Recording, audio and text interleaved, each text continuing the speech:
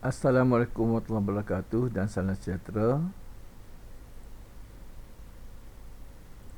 Pada hari ini kita akan sambung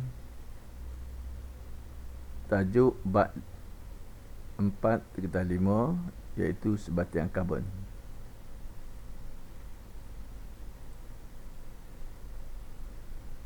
Tajuk pada hari ini kita akan mulakan dengan 4.4 iaitu menganalisis kelapa sawit dan kepentingannya kepada pembangunan negara. Ini ialah struktur kelapa sawit. Dia terdiri daripada sabut, menghasilkan minyak kelapa sawit, kandungan minyak lebih banyak dalam sabut. Dia ada isi rum, menghasilkan minyak kelapa sawit tetapi dalam kuantiti yang sedikit berbanding dengan sabut. Dia ada tempurung. Jadi struktur kelapa sawit terdiri daripada sabut, tempurung dan juga isi rum.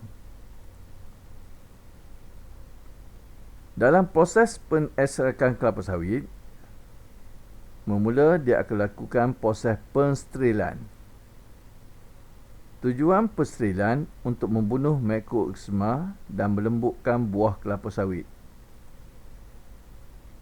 Selepas itu proses penasingan, di mana buah kelapa sawit ditanggalkan daripada tandannya.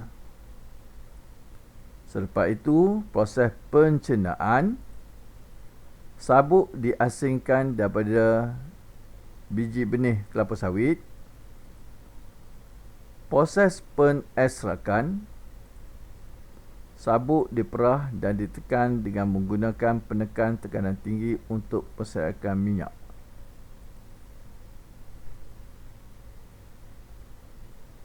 Penurasan, minyak dituras melalui skrin bergetar untuk mengasingkan benda asing kasar.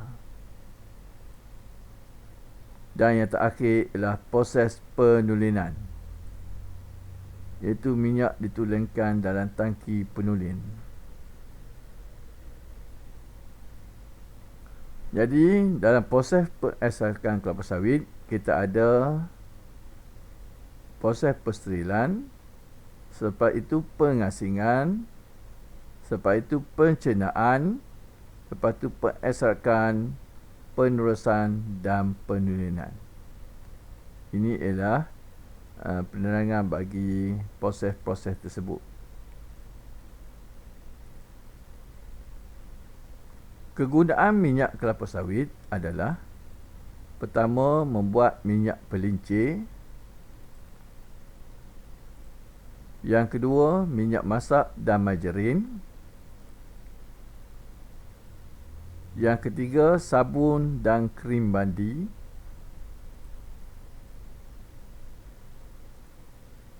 Yang keempat, coklat dan aiskrim. Yang kelima, lilin. Yang keenam, cat dan dakwat.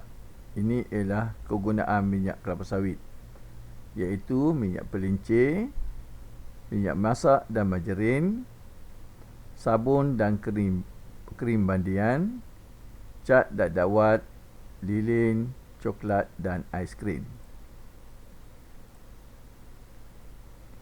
Bahan yang berkhasiat dalam minyak kelapa sawit: pertama, lemak tak tepu yang meningkatkan paras kolesterol berfaedah dan mengurangkan paras kolesterol tidak berfaedah.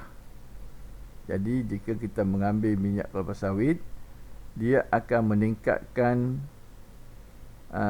paras kolesterol yang berfaedah dan mengurangkan paras kolesterol yang tidak berfaedah. Yang kedua, vitamin A atau beta karotin baik untuk penglihatan dan paru-paru.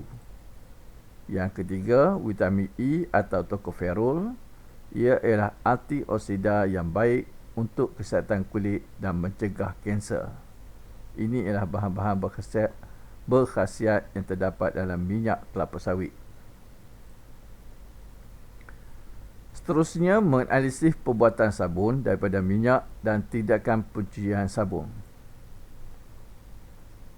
Dalam proses pembuatan sabun, kita namakan dia proses saponifikasi, di mana minyak sayuran ataupun minyak kelapa sawit dicampur dengan alkali, contohnya natron hidroksida pekat, kita akan lakukan pendidihan. Dia akan menghasilkan sabun ataupun garam natron dan gliserol. Ini ialah persamaan perkataan bagi proses pembuatan sabun ataupun saponifikasi. Okey, mula-mula kita ambil 10 cm padu minyak kelapa sawit, masukkan ke dalam bikar. Lepas tu kita masukkan 50 cm padu natron hidroksida. Lepas tu kita kacau dan didihkan selama 15 minit. Lepas tu masukkan 50 cm air suling ke dalam campuran tadi. Lepas tu masukkan garam ataupun natrium klorida ke dalam campuran. Kita kacau. Lepas tu akan terbentuk sabun. Sabun tu kita akan turaskan.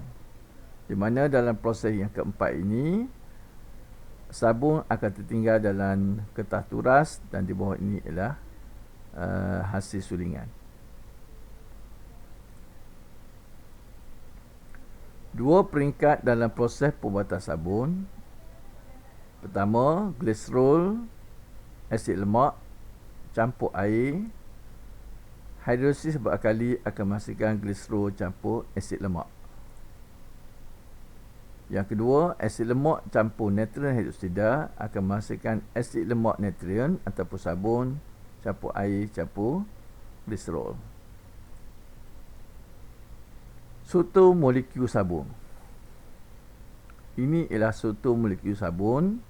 Dia ada kepala dan juga ekor. Di kepala kita panggil hujung ionit, ekor kita namakan rantai hidrokarbon. Hujung ionit yang ini larut dalam air, kita namakan sebagai hidrofilik. Rantai hidrokarbon tidak larut dalam air tetapi larut dalam sebatian organik seperti minyak dan geris. Minyak ini kita namakan sebagai hidrofobik. Jadi ini ialah hidrofilik, ini ialah hidrofobik. Tindakan pencucian molekul sabun. Ini ialah pakaian ataupun permukaan getian ataupun pakaian kita. Ini ialah air, ini ialah grease. Hujung ionit akan larut di dalam air.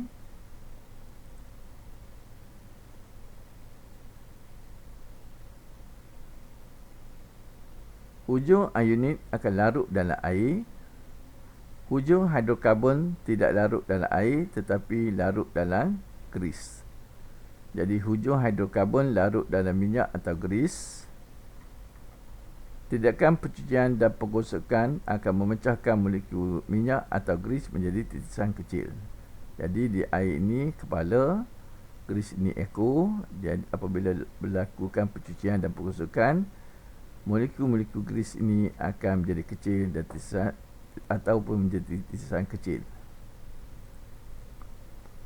Seterusnya kita lihat memahami polimer asli.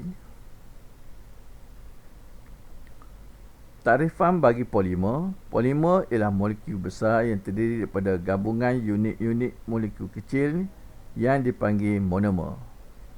Jadi polimer ialah gabungan unit-unit kecil iaitu monomer.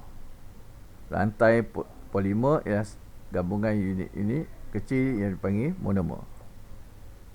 Monomer ialah unit-unit molekul kecil. Contoh polimer dan monomer. Kanji, polimer kanji, monomernya ialah glukosa.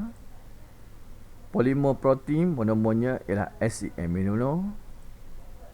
Polimer getah, monomernya ialah isoprena. Polimer politina, monomer ialah etina.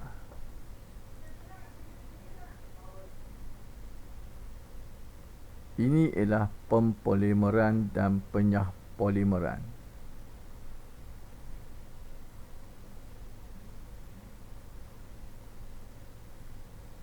Monomer menjadi polimer, kita namakan sebagai pempolimeran. Polimer menjadi monomer, kita namakan penyah polimeran.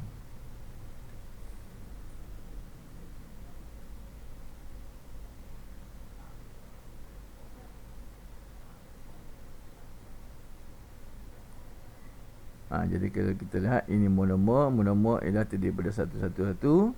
Polimer dia ada rantai yang panjang.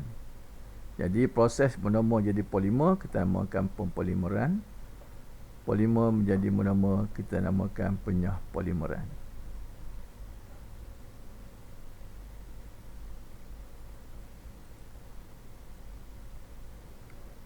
Ciri-ciri getah asli. Pertama, ia adalah lembut. Yang kedua, tidak mengalirkan haba. Yang ketiga, tidak telap kepada air. Yang keempat, kenyal dan mudah dilentur. Yang kelima, tidak mengalirkan elektrik ataupun penebat elektrik. Yang keenam, menjadi lembut, melekit dan lebih lebur pada suhu yang tinggi. Jadi jika kita panaskan getah asli pada suhu yang tinggi, dia menjadi lembut, melekit dan lebur. Tindakan asid pada latex. Pada peringkat 1, latex asli, dia bentuk macam ini. Dia ada protein layer ataupun lapisan protein. Peringkat kedua, asid ditambah kepada latex menetralkan charge negatif pada membran protein. Peringkat ketiga, pelanggaran antara zarah-zarah getah. Peringkat keempat, penggumpalan latex. Jadi kesimpulannya, apabila kita masukkan asid pada latex, getah akan bergumpal. Ini ialah proses dia. Kita ada lapisan protein. Ini ialah polimer getah. Apabila kita masukkan asid pada latex, dia akan menetralkan charge negatif pada membran protein, menyebabkan berlaku pelanggaran pada polimer-polimer getah dan menyebabkan polimer getah akan bergumpal.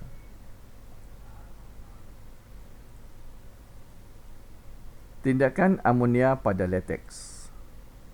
Mencegah penggumpalan latex.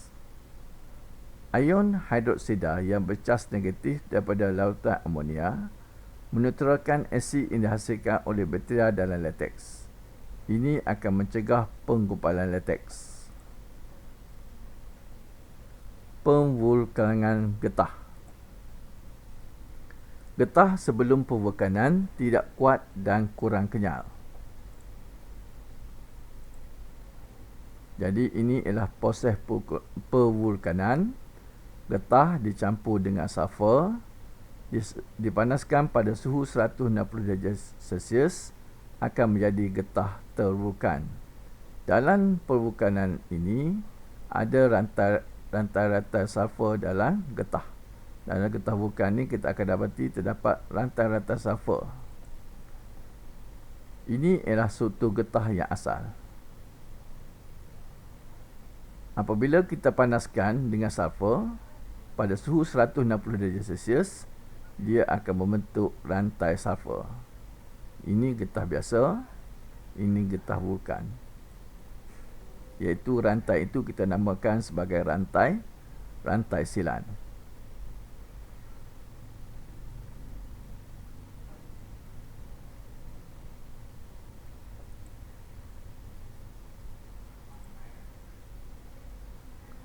Rantai silan yang terbentuk antara polimer getah dan sulfur menjadikan getah tervulkan lebih kuat dan lebih kenyal.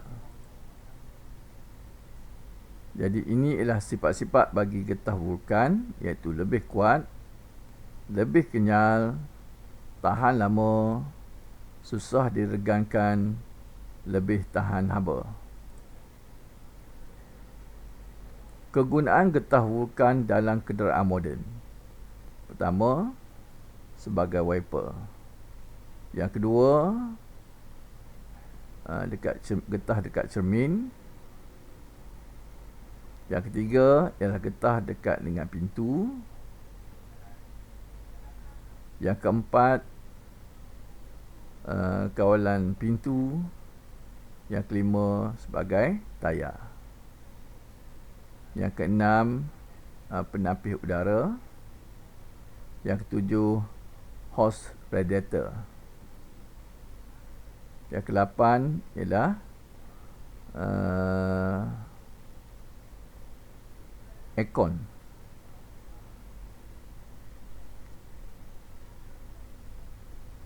Jadi murid-murid boleh melihat sendiri bahagian-bahagian kereta yang diperbuat daripada getah terukan.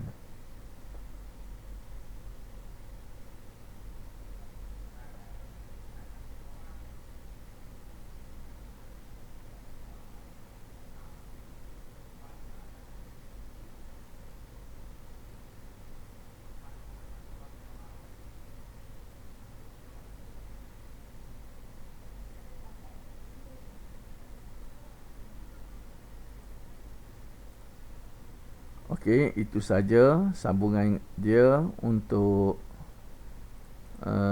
sebatian karbon. Jadi jika pelajar-pelajar mempunyai masalah berkaitan dengan sebatian karbon, pelajar-pelajar boleh berhubung dengan guru mata pelajaran sains kelas masing-masing. Jadi selepas ini murid-murid ataupun pelajar-pelajar bolehlah membuat latihan yang berkaitan dengan sebatian karbon. Jadi jangan lupa untuk lihat sebatian karbon bahagian pertama dan sebatian karbon bahagian kedua pada YouTube saya. Jadi sekian, terima kasih.